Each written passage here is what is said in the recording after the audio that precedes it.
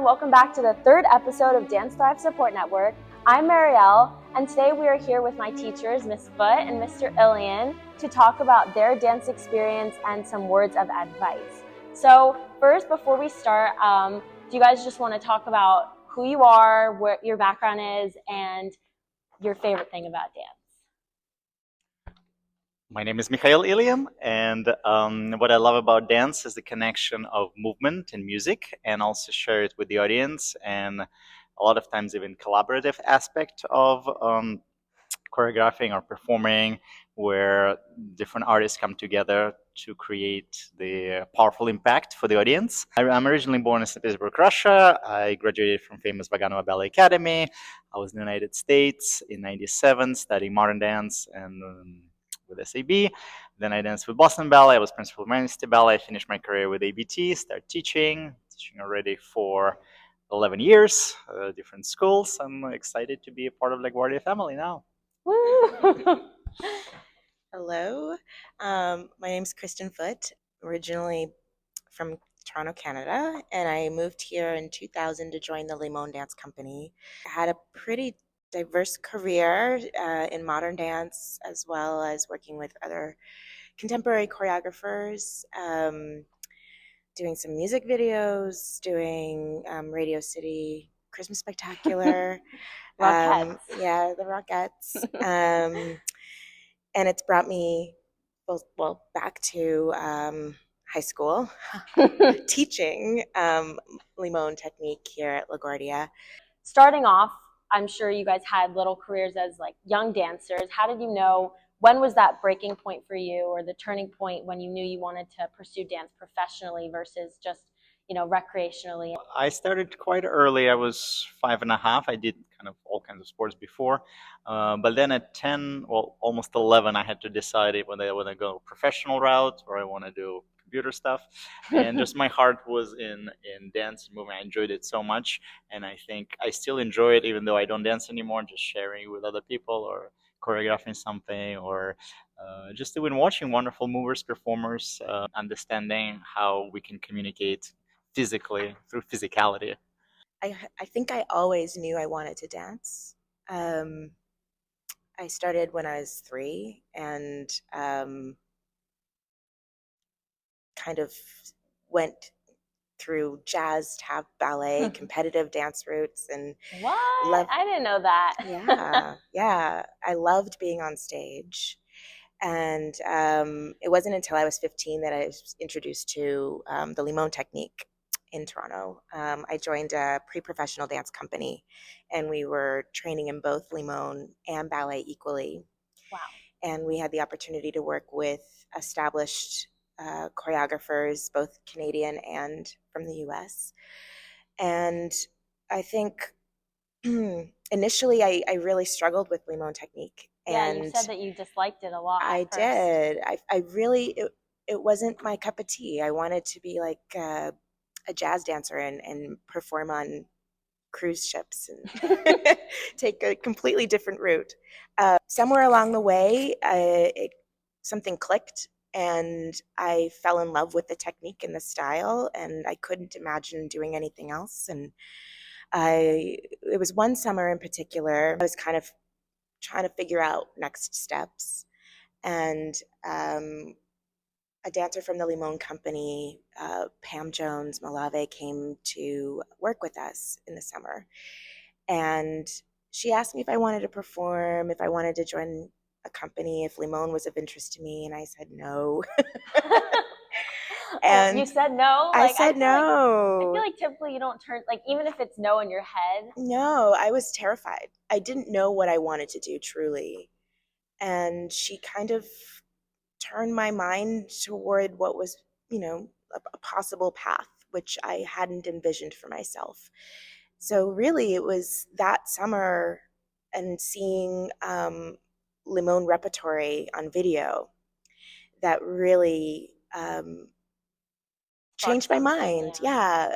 Had I not had the experience of that summer, I don't know that I would be doing what I'm doing now. Were there any other teachers or mentors or programs that you did as young dancers that really influenced the way that you're teaching dance now, your style, any inspiration that you pull from when you give us combinations? I had really great mentors and teachers, and I bring a lot of what they gave me imparted into the classroom, particularly of a professor, now friend and mentor, another Pamela, actually, Pamela Pietro at NYU Tisch.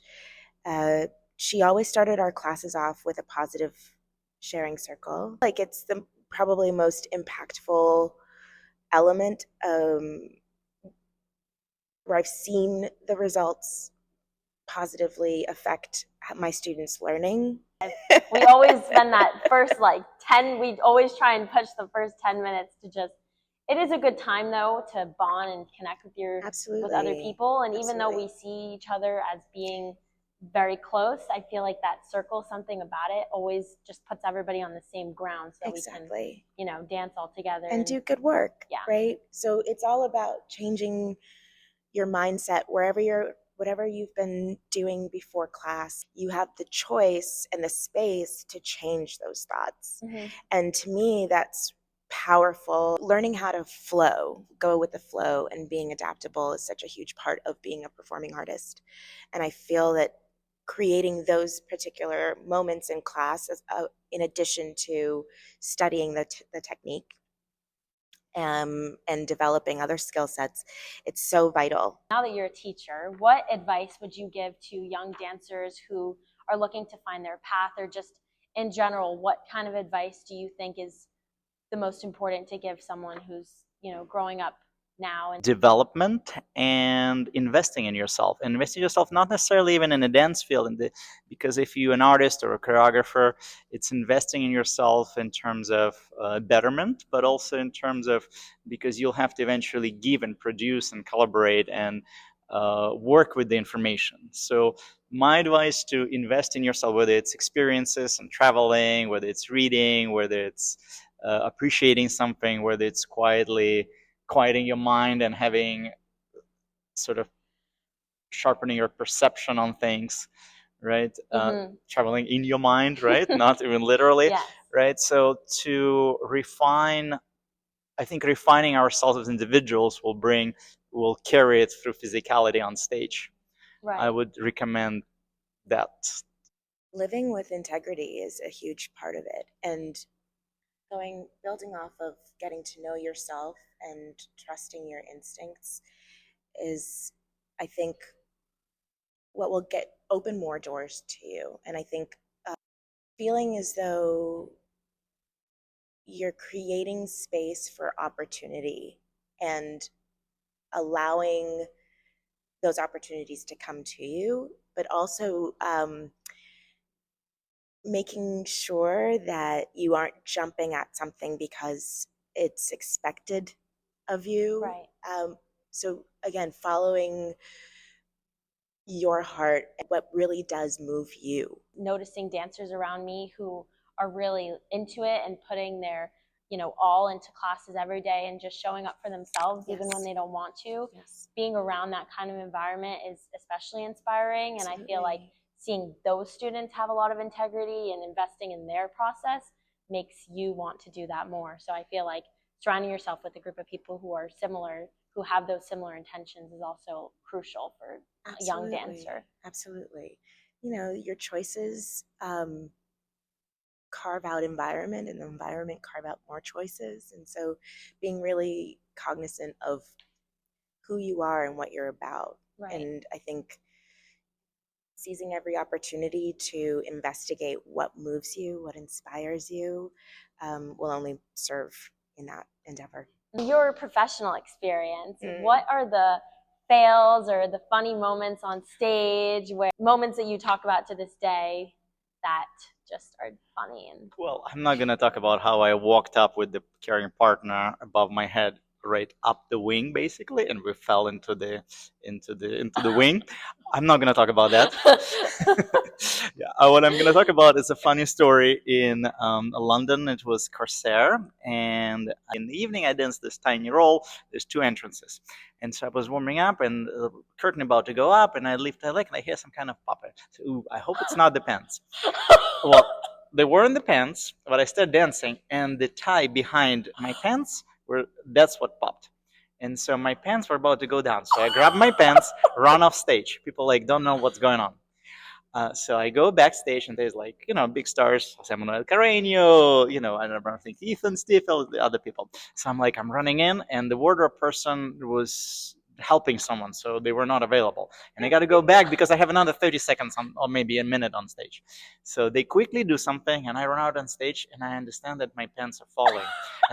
And I pick up my pants, and I run across the entire stage, and the whole cast, everyone is shaking because I started dancing. I ran off. They saw that I was holding my pants. And then I ran out for 15 seconds, and my pants fallen again.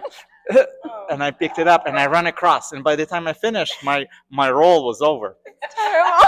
So, so it was a combination of shock and laughter, but the entire stage was shaking because people understood what's going on. Audience, I'm not sure audience did, because artistic, like, why were you running there like this, And maybe audience didn't even know because I did one arm, and then I picked up my pants, and I threw away the other arm, like showing artistry something. within the fail. Yeah, but I was laughing, and the whole Show it was must just go on. it was not good. Did you get a penalty or anything like No, that? because How can you control that? there was no way to. Oh my gosh. It was literally right before the curtain. I just lifted my leg because just to keep joints Move and all. around, yeah. And that's when it happened. Oh So my that was God. probably the funniest one, and brought light to that Yeah. afternoon or evening performance. What about your job is different here versus other schools? I feel that the level of the standard that of dance artists that I get to work with here are really at a professional level, or on Getting the there. edge of that. So I feel that I can really challenge the people in the room. I think because it's an arts high school, it's a different experience to teaching for the Limon Company or for the Limon Institute, in the sense that I'm trying to balance the whole person, understanding what each of my students are encountering outside of the classroom. And because the technique that I'm teaching is not codified, I feel like I have the flexibility to kind of fill in gaps. So in that way, it's really rewarding because I'm constantly reevaluating my teaching practice and looking at what Limon technique itself as a style has to offer the whole person. And I feel that that's a fun challenge for me that I don't necessarily think I would be granted anywhere else. Right. And getting to know, what each student requires as I get to know them over the years and support them.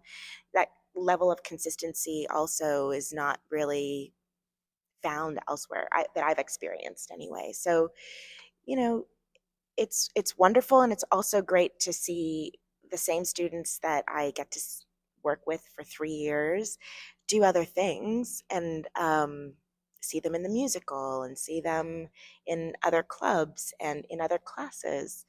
And in the environments that I've taught in the past, it's been go in, show up, teach the class, and then you move on. And I think my experience here teaching is just super rare. Actually, I don't know if you remember this, but on the first day of orientation, I think it was on orientation. You definitely don't remember this, but I was but I was walking in the hallway, and I remember hearing, because I've only done ballet, I remember hearing, oh, we do modern dance here, and I was like, Miss Foote, I've never done modern dance before in my life. And then I remember your response. You're like, "This is what you're here for. Like, you'll learn." And I think that was super. It took a lot of pressure off of me I feel like, because that first year I remember being very difficult to drop in and find my weight, and instead of, always being ballet, and it still creeps in every now and then, but that's by habit. But I just remember like that whole atmosphere that the teachers create for the students, really, it helped me a lot to start off with. So in terms of going forward and wrapping up, what do you see for the future of the dance department, and how do you want your students to progress? What are you hoping for them for that? Well, I believe that our goals are changing. Like the good analogy would be, and I think popular analogy is like horizon. Yeah, certain goals, and students have certain goals, and they hopefully coming closer to it, or they finding another path, or the goals change completely altogether. An opportunity to succeed, whatever that means for them, which is might not necessarily be even in dance sometimes. Yeah, but to learn from and learn to appreciate the information and the experiences that they have here, and build on that in whatever capacity they can, so they're fulfilled individuals as people. And if they continue in dance, then they have a support system, is an exchange, and I think that's ultimately what it's all about. Well, thank you guys so much for coming on to the episode. I'm sure that all the people who are watching will definitely take your advice and your perspectives and learn from them as they're growing up, because I know all of your advice has been so instrumental to my process. So thank you so much, and I hope you all enjoyed this episode, and tune in for some more incoming interviews for this summer with the rest of LaGuardia's staff. And I hope you guys both have an amazing summer as well. Thank you so much. Thank you for having us. Thank you. This is Bye.